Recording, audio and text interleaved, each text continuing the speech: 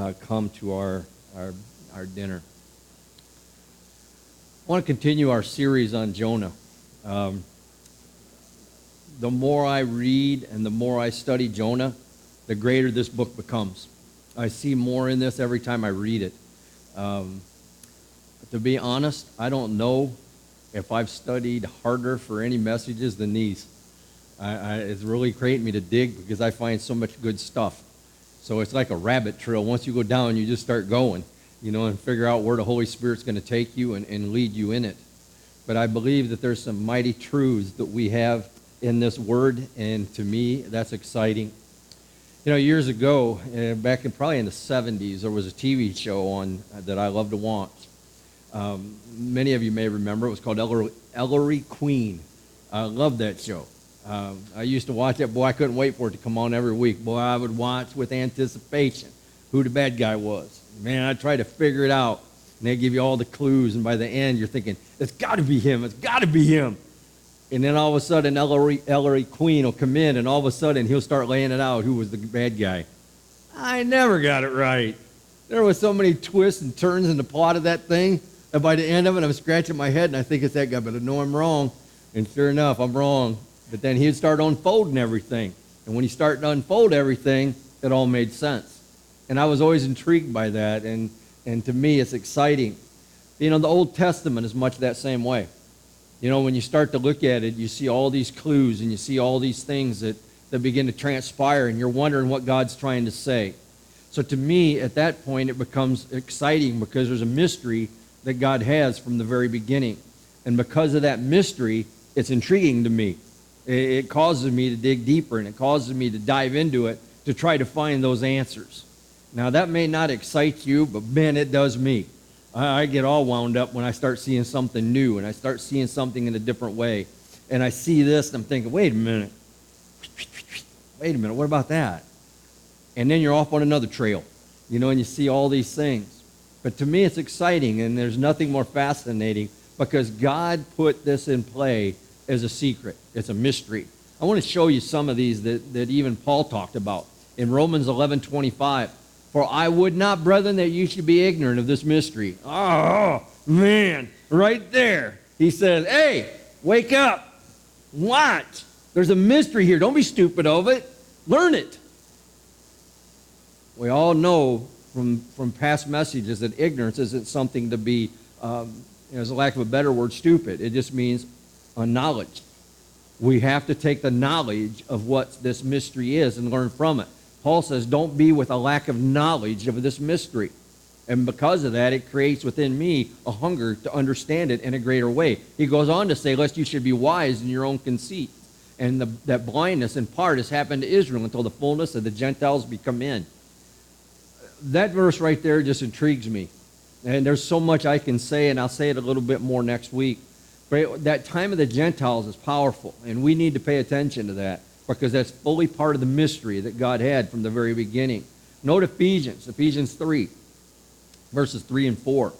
How that by revelation he made known unto me the mystery, as I wrote afore in few words, whereby when you read, you may understand my knowledge in the mystery, and here it is, of Christ.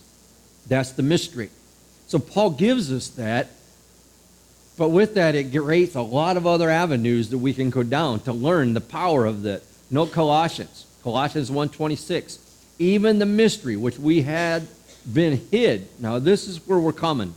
It's been hid for the ages. It's been hidden. Now he goes on to say from generations, but now is made manifest to his saints. Oh, that's good stuff right there. Because now it means that I can know the mystery.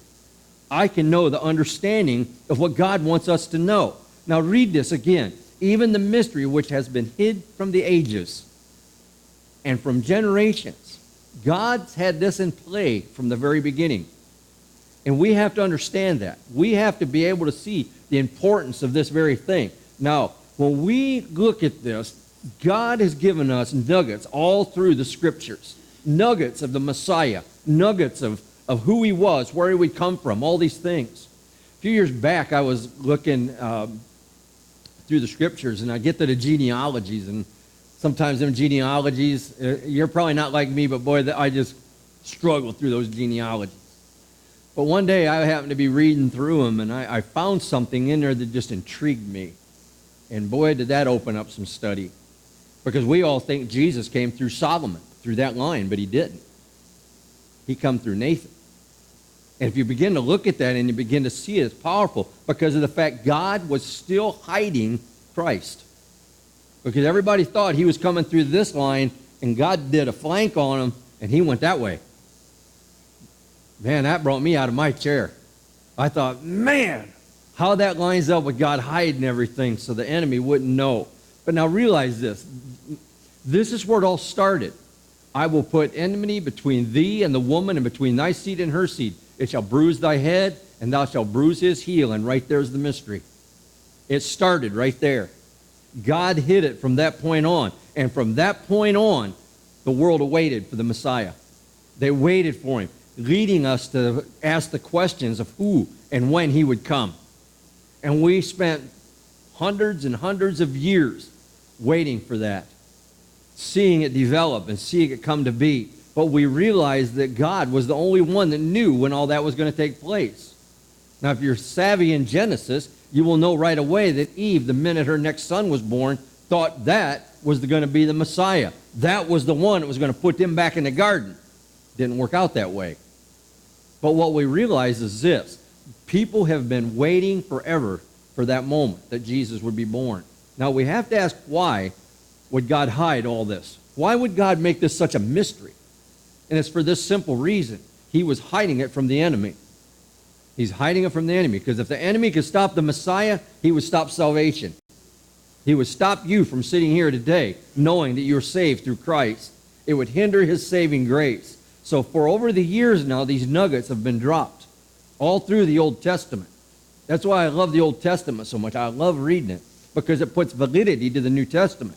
Everything that we see becomes something that's an outcome of what God was wanting to do with this mystery. Here's some that's familiar to us. Watch these. Isaiah 7:14. Wherefore the Lord himself shall give you a sign. Now here he goes with that sign.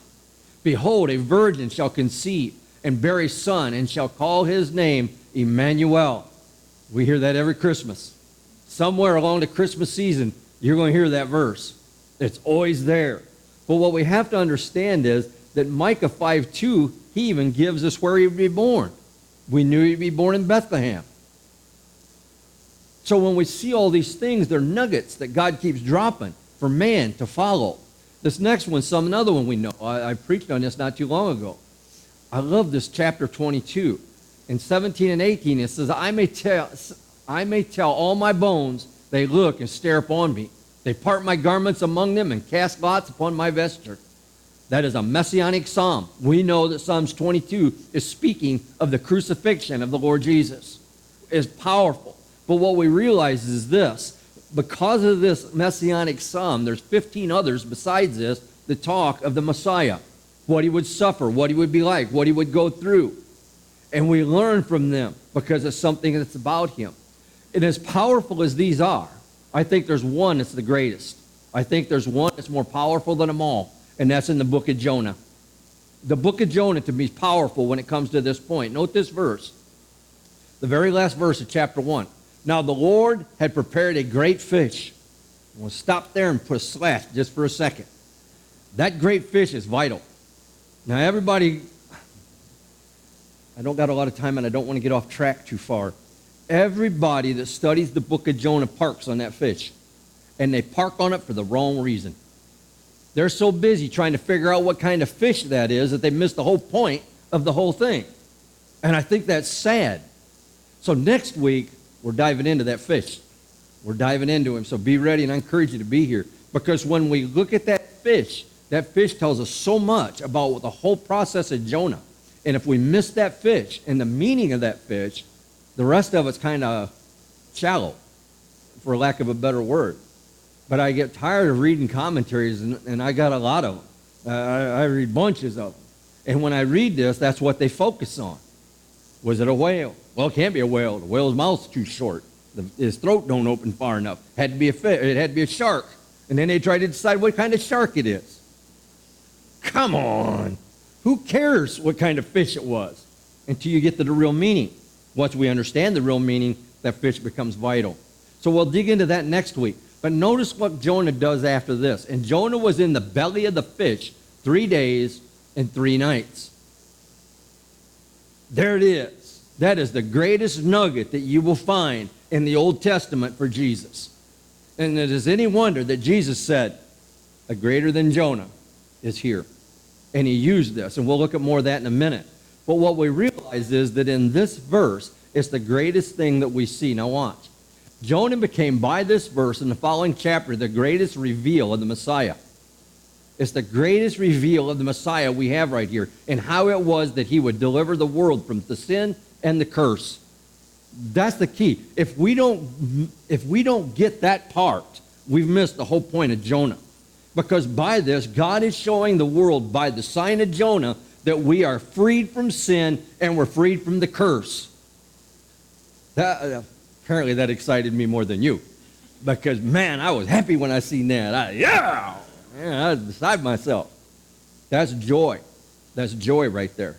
Because of the fact that one day I know that I will be in heaven. I will be with the Lord because of what he did. And it's all because of what he did in Jonah. And we're going to break this down even more. But I want to set that straight, that we see that right from the beginning. What we see now is in Jonah is that God's dropping knowledge. He's dropping knowledge that we would understand this mystery, that we would see it in a greater way, because he's clarifying his resurrection through Jonah. Now, what we understand is that the Messiah now was going to come to this earth. He was going to live his life. He was going to die, be 3 days in the grave, and then he's going to resurrect. And he showed us right there. Now, this was the greatest key that the people of his day had to look for to know that Jesus was the Messiah. And they still missed it. Jesus even told them, and they still missed it.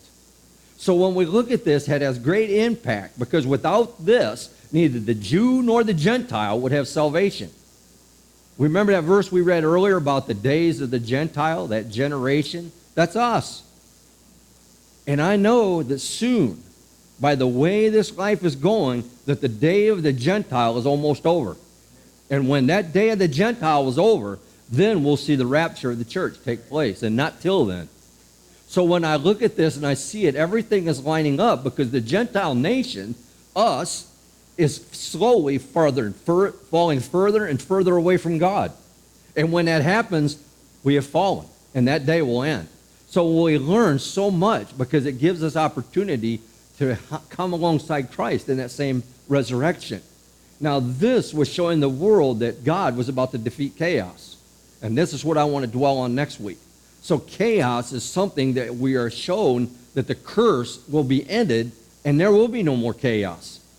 There will be no chaos, because righteousness will rule. Jesus sealed this in the sign of Jonah. This is what he went so far to try to teach his men.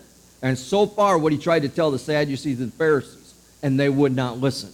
They would not listen, because what we realize now is that the reality of the mystery is coming true. The reality of that mystery is before us. So when people say that Jesus isn't real, that Jesus isn't the Messiah, they're wrong. Because everything that he does is backed up by these nuggets of this dropping of knowledge that God's giving us. And this is what makes Jonah so vital. What we realize is that this is making prophecy real. No matter which part we go, it's making it real. Now, only Matthew and Luke speak of this. I want to show you it right here. Now, note Matthew. Jesus said, "But he answered and said unto them, An evil and adulterous generation seeketh after a sign, and there shall no sign be given to it, but the sign of the prophet Jonas." Now, watch what Luke has to say about it in chapter 11, 29 through 30. "And when the people were gathered thick together, he began to say, This is an evil generation. They seek a sign, and there shall no sign be given, but the sign of Jonas the prophet. For as Jonas was a sign unto the Ninevites, so shall also the Son of Man be to this generation." Man, that's powerful. That's powerful right there. Because who was the Ninevites? We've seen before. They are a Gentile nation. God was going to the Gentile nation to save them, even in the days of Jonah. He had a desire for all men to be saved, as we seen last week. And because of this, Jesus seals it once again in this verse. So if we realize what's taken place here, It's tragic that people don't see it. It's tragic that they don't see it, because even today, people are still looking for a sign. Oh, if he's so real, let me see this or let me see that. Come on. It's all around us. We talked to this earlier. I used to work with this guy. He was our supervisor. And he'd come on the job and nothing to get done for an hour and a half because he'd sit there and jabber the jaw. But he would always come to religion when I was around, because I was a pastor at that time, and he'd come up and he'd start badgering me about things. And I knew him well enough, I'd badger him right back. But the thing of it is, he always made this comment. He goes, "Oh, that thing's slower than the second coming of Christ." And I thought, really?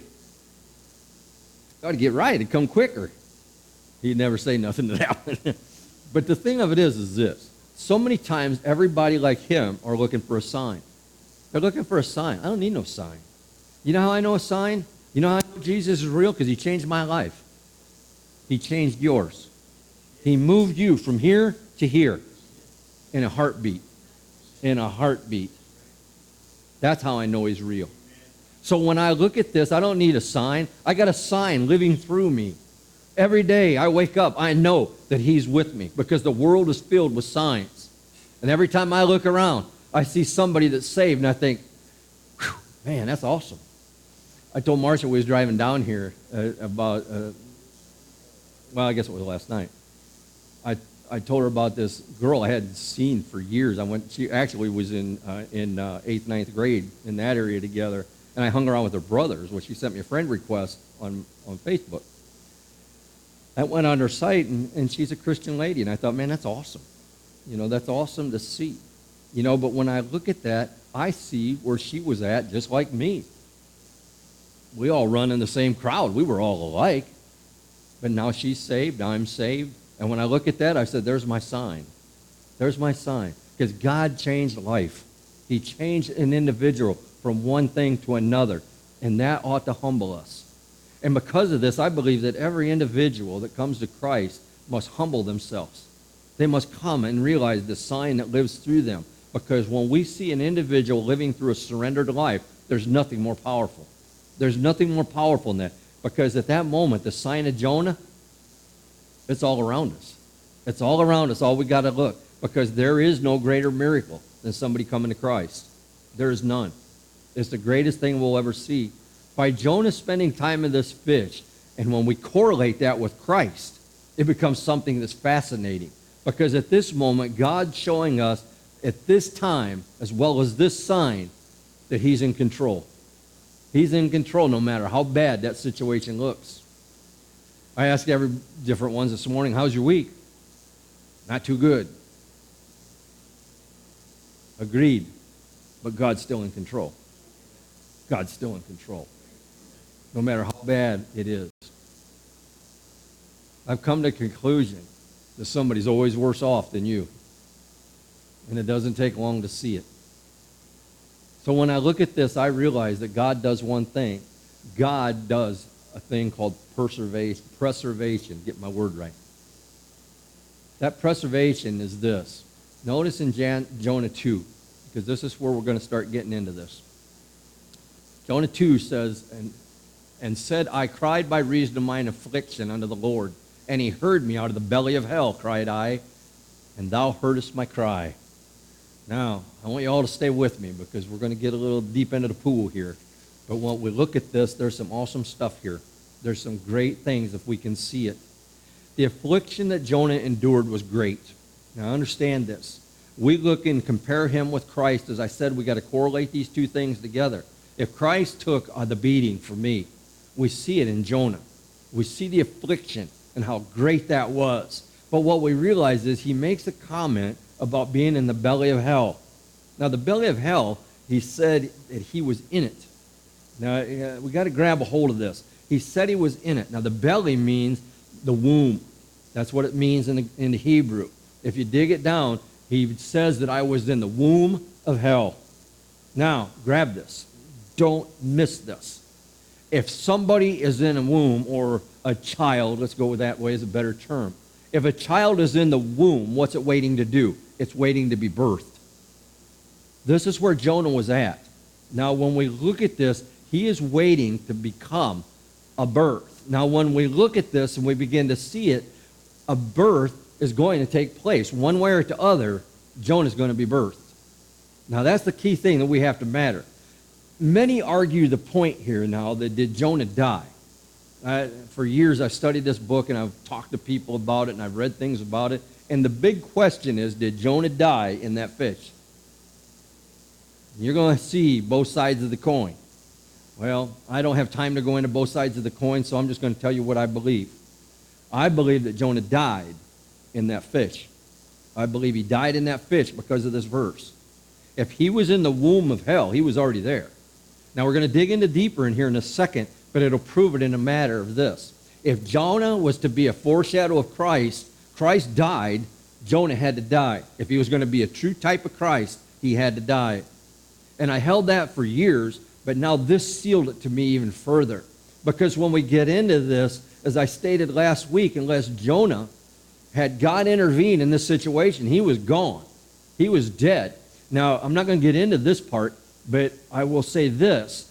When it talks of the seaweed being wrapped around Jonah's head, if you get into the Hebrew, that's signifying that he literally died. He was drowning. So he was drowning inside that fish. So you add everything up, I believe that he died. So when I see this, it's fascinating to me because this fish then becomes of great importance, as I said earlier, because this fish now is taking him right to the pits of hell. That's where he's headed. That's where he's going to deliver him to. He's going to be birthed into that place. Now, when I look at this, note two things. God was giving us the reality. Two things here. Now, watch this. The first one is this. Nothing is more important than guarding our soul. When I see Jonah, this is what I see. I see because of this wayward prophet, there is nothing more vital than how I operate in my Christian faith. If I'm going to serve God and obey, I'm guarding my soul. If I'm living in disobedience and say, hey, I don't care, I'm living here. This is me. This is the flesh. This is what I want to do. And you can do that. You know what's going to happen? You're not going to guard your soul. And it's just a matter of time before you fall. Just a matter of time. And when you fall, you may not have the opportunity Jonah had. So what we realize is this. God is always going to preserve us if we're in that state of guarding our soul. Now watch the second thing. We are never out of the presence of God. Never. We've seen that last week. Even in the worst of situations, even as Jonah here, he's not out of the presence of God. And because he's not out of the presence of God, he's not out of God's protection. He's always in that place. Now, when we get to that point, it's an amazing thing. Note this verse, because this is what starts tying it together. I went down to the bottoms of the mountain. Now, I don't have time to get into all this. But when we start to look at this, you got to get into Jewish cosmology, and we don't have time to do that. It gets real thick real fast. But cosmology is the way that they believed how the earth was made and how God functioned. And this is part of that. It's representing it, but he's at the bottom of the world. So when he says the earth was with her bars was about him, that word about means behind. So when Jonah was in these bars, he looked and they closed behind him. He was barred in. Then bars means a latch. It means they barred the door. So when Jonah was in this fish and the fish took him to the bottom of the earth, he said they latched the door behind him. He was behind the bars of hell. So when we look at this and see it, it becomes vital to understand. The word corruption is another interesting part of this verse. He said corruption, or is it this verse? Yeah. From life corrupt, thou brought up my life from corruption. Now that means destroyed. His life was destroyed. Everything about this says that Jonah died and he went to hell. Now in this case, it's Sheol or the grave, because that's what this means. It means the destruction, the ditch, the grave, the pit. So we see that Jonah was in that position. So this verse to me is heart-wrenching. It really is. Because when people go through life, they don't realize the extent of the importance of guarding our soul. We think we can just go through life all nonchalantly and let life, live. No, you can't. It don't work that way. Because if we were without Christ, that's what you will see. They will latch the door behind you, and there will be no opportunity. And this is what we're seeing. The doors of the gates of hell will be closed. And to me, it's sad when we see it in this life. If we will be in corruption, if we will be in destruction, we have no hope. We will be a prison, we will be death, and freedom will be taken away. That's what it is. What is death? The second death is separation from God. If I take the first death and I pass away, I'm separated from my wife. That's the first death. It's a separation. But the second death, that's separation from God. And that's where they will be. Right there where Jonah's saying. Yet as dark as this seems, it's awesome to me because it said the Lord was with him. It said the Lord was with him. Yet thou brought up my life from corruption. Oh, Lord, my God. Oh, man. What a powerful thing we have. What a picture of the resurrection of Jesus. But don't miss this. What a picture is the resurrection of the saint. Because you are no different. He will save you and resurrect you just like he did Jesus. That's awesome to me. That ought to make it shout. Because this life of mine, as nasty as it might be, is still saved through the Lord Jesus Christ. And I have joy through that. Second thing we see is this. The time of the grave is set. Now this is where it gets interesting. Notice what Paul says. Paul said in 1 Corinthians 15, and that he was buried and that he arose again the third day. Now get this. This is the part that really made me search this out. According to the Scriptures. According to the Scriptures. Now wait a minute. What's he talking about? What Scriptures? What are you referring to, Paul? Could the Scriptures that Paul's referring to mean Jonah and that fish? I believe it does. I believe this is exactly what he meant because Jesus said that a sign greater than Jonah's is here. And because of this, we know that through that fish and through the resurrection out of that fish, it showed the proof of that resurrection. If we couple this with another Old Testament verse in Hosea, watch this. After 2 days will he revive us. In the third day he will rise us up, and we shall live in his sight. Oh, man. That's confirmation right there. That's confirmation. To me, it's a wonderful opportunity. What we really have to do, and what I took some time to do, we need a timeline here. What's the timeline? If Paul said that Jonah and referred to Jonah, how do we validate that? Right here in Hosea 6. Hosea was written after Jonah by at least 70 years, roughly. If that's the case, Hosea wrote that after Jonah. Hosea would have known about Jonah, and he would have proved it.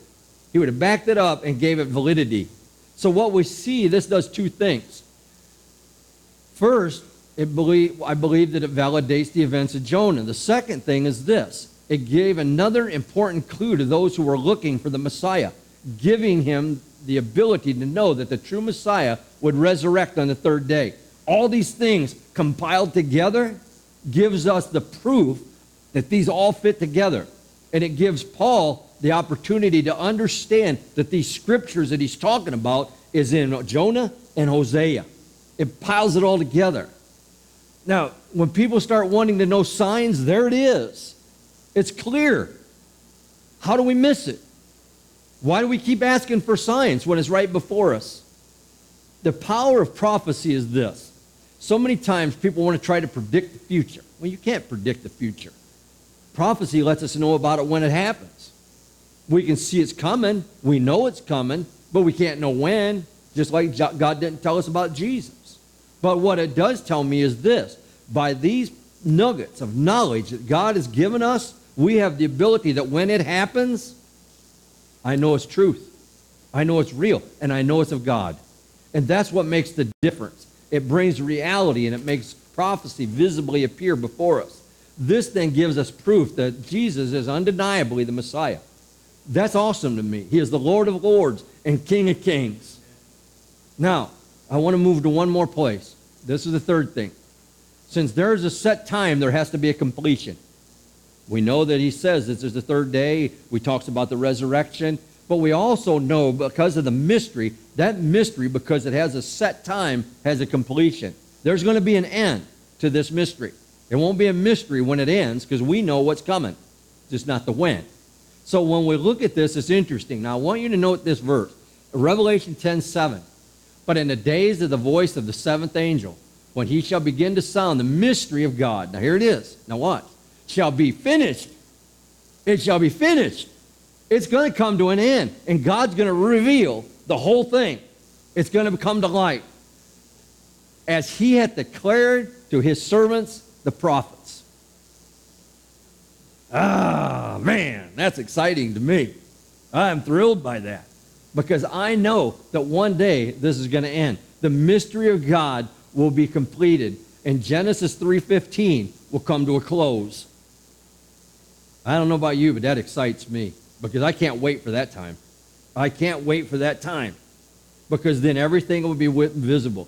Church, when we hold this book, it tells us everything we need to know. It tells us everything we need to know. It gives us every little nugget that we need to pile it all together. Because our Christian life, when we start studying the Word of God, it's like a jigsaw puzzle. You got to find the little pieces that all fit together. You can't take one over here and just accept that because it's in there. No, you got to back that thing up. There's so many people that try to make a doctrine out of one verse of Scripture. Well, you can't do that. That's when heresy starts, and that's when cults start. We have to back that thing up because it's got to fit complete.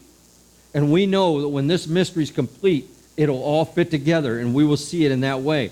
There's no greater impact than the book of Jonah. I love this book. I mean, every time I see it, I just go deeper into a rabbit hole because I find more and more stuff. So when I see this, it's exciting because with no Jonah being resurrected in that fish, we have no resurrection of Christ. We know that it has to be done and spoken through the prophets, and we have that through Jonah. There would be no gospel without Jesus. There would be no victorious living without Jesus. And we wouldn't know about Jesus without Jonah. So it's exciting to me to see. Why is this important? A lot of people ask that question, but I believe it's for this reason. I posted this on Facebook the other day, but I'm going to say it here. Unrighteousness cannot consume righteousness. Now, what I mean by that? That means this. Jonah was in that fish. And that fish was trying to digest him in the worst way. You might say, Jonah was just like an old piece of grizzle. He just would not digest. And he was creating such a stomach ache in that old fish, that he hurled it. Why? Because unrighteousness can't digest righteousness. No different than righteousness can consume unrighteousness. How can I say that? It's very easy. If you look in the book of Revelation in chapter 3, what's God going to do to those churches of Laodicea? He's going to spew them out of his mouth because he can't digest unrighteousness. And we shouldn't be able to either. If we are able to take sin and allow it to have a part in our life, then we need to get our heart right. We need to get our heart right. Because if our heart isn't right, we're not living with the power of Christ in our life. We have the sign of Jonah. And the sign of Jonah becomes vital to our lives if we would just seek him in that way. Allow Christ to be sealed, no doubt of who he is. This is what bothers me when people start saying they doubt their salvation. Why? Forgive me if you have, but I don't understand that. I've never done that. I've never doubted my salvation, even in the worst of day. I've doubted myself, but I've never doubted my salvation. Why? Because I believe that the Bible's truth. I believe that Christ died on that cross, he arose the third day, and he ascended to the Father. And because of that, I believe by faith in that, I'm going to heaven. And I'm going to live my life for Jesus. Not just so I can go to heaven, but I want to live through eternity with him. People talk about their golden streets. You can keep your golden streets. I don't care about no golden streets. I could care less. There's a real argument of whether we're even having mansions or not, but that means something else. I don't know and I don't care. All I know, I'm going to heaven and I'm going to be with Jesus. Because I'll tell you what I look forward to, and you can read it right in the book of Revelation. He said, I'm going to point to you, and say, come sit in my throne with me. Oh, man. Can you imagine that? Think of that. All of a sudden he said, Nona, come here, Nona. Come on. It's your turn. Right here, little daughter. And he's going to put his arm around you, and he's going to wipe them tears away. Oh, man. That is what's worth it. Keep your golden streets. I don't care. That'll be worth it all. That'll be worth it all. Oh. Don't doubt your salvation. It's proven time after time after time. Hold fast to the end. Hold fast no matter what the devil does. The devil was trying to defeat Jonah. Had him at the bottom, had him at death's door, had him in death's door. And God opened that door. And he said, come back. And took him all the way out to the land and dropped him off. Oh, man. Don't miss that. The greatest joy we have is Christ. Follow him. Stay true to him. He's given us everything. Father, we thank you for the blessings that we have in your word. Father, you give us it continually. And to me, Father, there's no greater joy. Father, I pray that you would be with each one before me. Father, that you would touch their heart, move in them in a great way. Let them realize the strength of your word and the blessings that we have through it. Father, that we would see your presence on every page. And I ask, Father, that you would move in the hearts of those that are struggling. They might be looking at life and questioning. But I pray you take that questioning away. Give them a heart of joy. Give them a heart of peace. Because, Father, you walk with us, and we praise you for that. Father, we thank you in the name of Jesus. Amen.